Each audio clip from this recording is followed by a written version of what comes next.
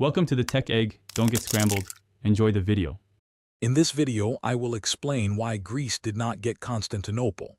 Let's delve into the historical context that shaped this outcome. The city, once the heart of the Byzantine Empire, was captured by the Ottoman Turks after a significant siege. This pivotal event marked a profound shift in regional power dynamics, establishing Constantinople as the new Ottoman capital for centuries to come. Following centuries of Ottoman rule, Greece achieved its independence. However, the newly formed state was much smaller than the historical Greek-speaking lands. This led to the emergence of the megali idea, a powerful nationalist concept.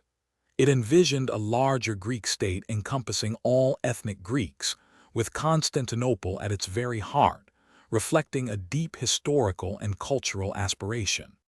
Despite Greek aspirations, major European powers had no desire to see a significantly expanded Greek state. This geopolitical reality, coupled with the devastating Greco-Turkish War, severely hampered Greek ambitions.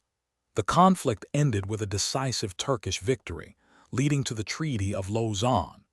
This treaty formally established the current borders of Turkey, solidifying Constantinople's status within the new Turkish Republic. Today, the city once known as Constantinople is Istanbul, a vibrant and integral part of modern Turkey.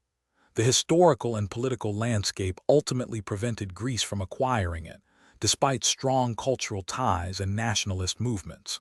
The Treaty of Lausanne was a final demarcation. While the megali idea faded, the city's rich history continues to resonate. For easy meal prep, check out the leak-proof containers linked in the description, along with other great deals. Thanks for watching. Consider subscribing if I helped unscramble your problems.